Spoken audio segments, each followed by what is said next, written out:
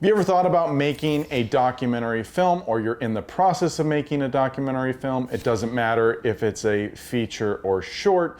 It doesn't matter the genre. What I'm going to share with you is going to help give you clarity, give you the right questions to ask so that you can be more critical of your work, and that at the end of the day, your film benefits as a result. So let me jump into it.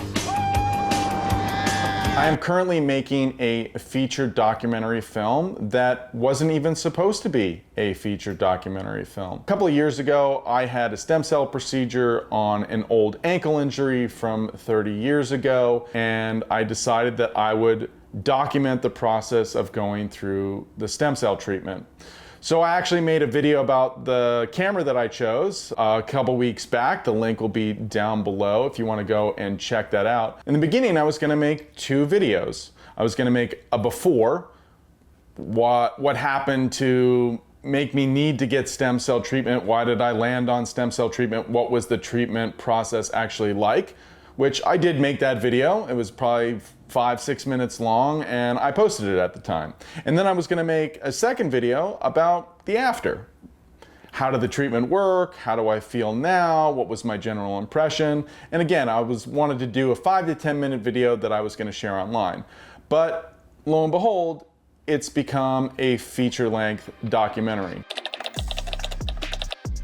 When I was coming up in film, I was really making just action sport videos. Action porn is what they would often call it.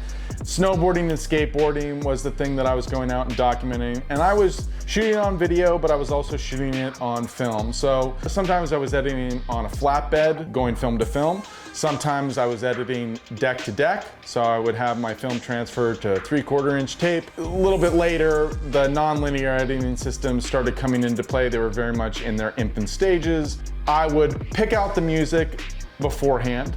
I would make notes on everything, and essentially I was just cutting to the music in a very linear fashion.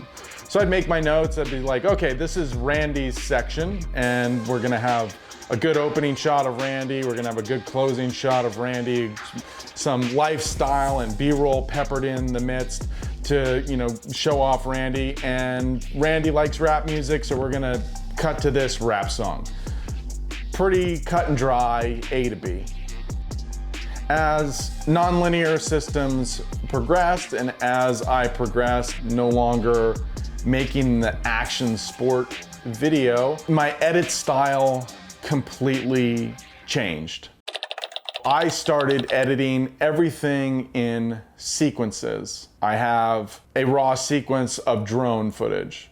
I have sequences by month, sequences by ideas, sequences by archives. So I could have all my raw string outs like that. One, it becomes very easy to find things that way as like a cross-referencing tool. It also allows you to make exports of the raw and just sit down and sit with your raw material. Watch your raw material.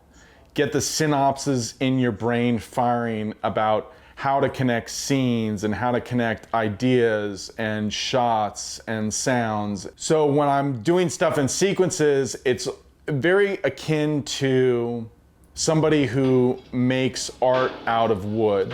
They carve out of wood. So they start with just this block that has no shape other than the semblance of the tree that it came from.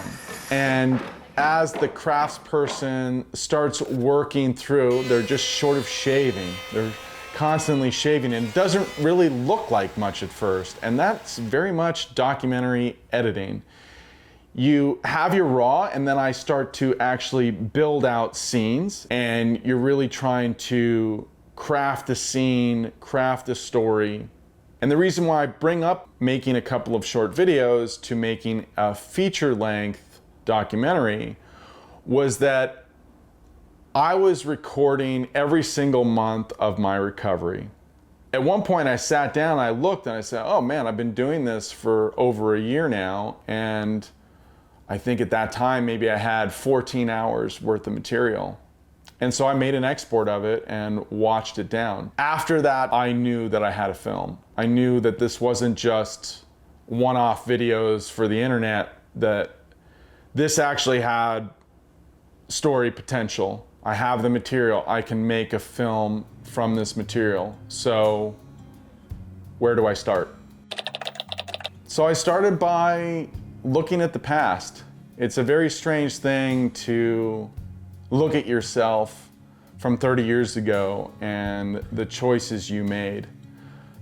The decisions that I made 30 years ago are in large part due to the decisions that I'm having to make today as it pertains to my ankle injury. Decisions I made 30 years ago is why I have chronic pain. And so that became the beginning anchor point of the story. And as I'm looking into the past, I had a certain realization that was very important, and that is, I am not famous. No shit. So why does realizing that you're not famous important? And that's because I have no built-in audience. So there's nothing about me on the surface that's going to make an audience care about my story. So then I ask the question, how do I make the audience care? First is that you have to be honest. You finally found a broker on Wall Street that you can trust. The more I can share about my experience, days that I'm happy, days that I'm sad, frustrated, angry, scared, depressed, in pain, these are all emotions that we share as human beings. So the more open and honest I can be with the experience, the more the audience is going to be let into my world. Oh my God. Which brings me to the second thing, and that is to be objective. Who is this person? I've never seen this woman before in my life.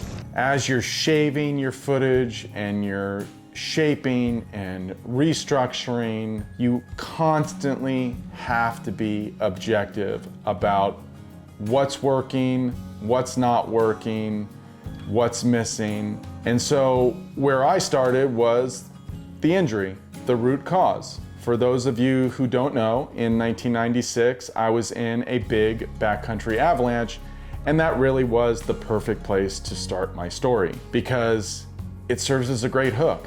What happened? Were you buried? What were your injuries like? Where were you? Was it scary? The thought in my head was, it's over right here. The curiosity of the experience overrides, well, who is this person? It's almost like who I am doesn't necessarily matter at first, but then who I am becomes very important as it pertains to building that audience empathy for you. The more objective you are and the more honest you are, the more that audience is going to come with you along the ride because they know that they're not seeing something manufactured. They know that they're watching a real person tell that story and that there are facets of that story that they can relate to. Because it doesn't matter if you're recovering from an injury or the loss of a loved one, loss of a job, PTSD, some type of traumatic accident. There are a lot of similarities that run through the recovery process regardless of what you're recovering from. What's the moral to the story? Avalanches are bad. Each time I'm going through the edit, I'm asking myself, what's missing? What part of my story does the audience need to know that I haven't shared with them yet? What's redundant that doesn't need to be? Oftentimes, I speak in a repetitive rhythm. I'm going over the same points over and over again, almost like on a loop. Let's see that in an instant replay. Sometimes that can be helpful, but most of the time it's just redundant. People are smart, they only need to hear it once. How can I go deeper with the themes and the questions that the film is addressing? This again is a layering exercise, and you start asking questions around each scene, around each moment, around feelings that you keep coming back to and revisiting. Then I always ask, what can I do to make sure that the audience is engaged?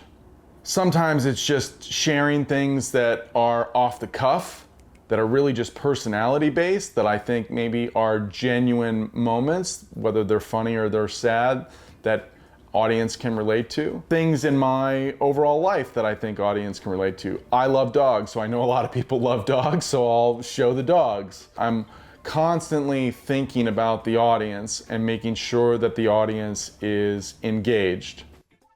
And as I'm going through and I'm asking these questions and I'm whittling and shaping the material, it starts to speak to me. And I begin to see where the strong points are, and I begin to see where the weaknesses are, where I need to fill the gaps, and where I can punch things up and make those strong parts resonate even more, and really just do everything I can to lift up the material. Yeah, why don't you get that donut flake off your face, dude? What are you doing? So as I'm going through the third act and I'm shaping it, I do two things.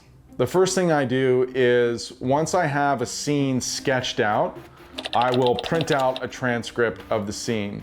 And then I sit down and I read the transcript aloud, and I make notes in the margin. And by doing that, it really helps to identify the stumbling parts, the pauses, the redundancies. You have to tap into the things that people relate to. So as I go through, it's like, oh, I need this, I need that, I need that. Then I take the video portion and I make an export of it and I watch it on the big screen TV. It kind of serves the same purpose as the transcript, so that you see the redundancies, you see what's missing, you see the stumbling things, but it really highlights a lot of the technical problems. If a shot's breathing or out of focus, or it's too hot in one spot, or the framing's not quite correct. Just get rid of that, get rid of that, get rid of that. All those things really pop on the big screen. So doing those two things in conjunction with one another really helps to shape. But more so than just shaping, it gives you the insight into the moments that are really resonating. I think that's a good punctuation. I think that sums it up. Those points that are really important, that sometimes, because of how you built the scene, they're getting lost in the mix, right? Where it's like, oh, you need to make sure that when I'm saying X, that I have a close-up or I have a tighter frame on me, so that I'm punctuating that point. And you're also learning the material when you're doing this, so that as you progress of building your scenes in your act, that like, oh, okay, I took that out, I took that shot out from that scene, but oh, what if we use it here at the end of this one, or the opening of this one? Did you put that together yourself, Einstein?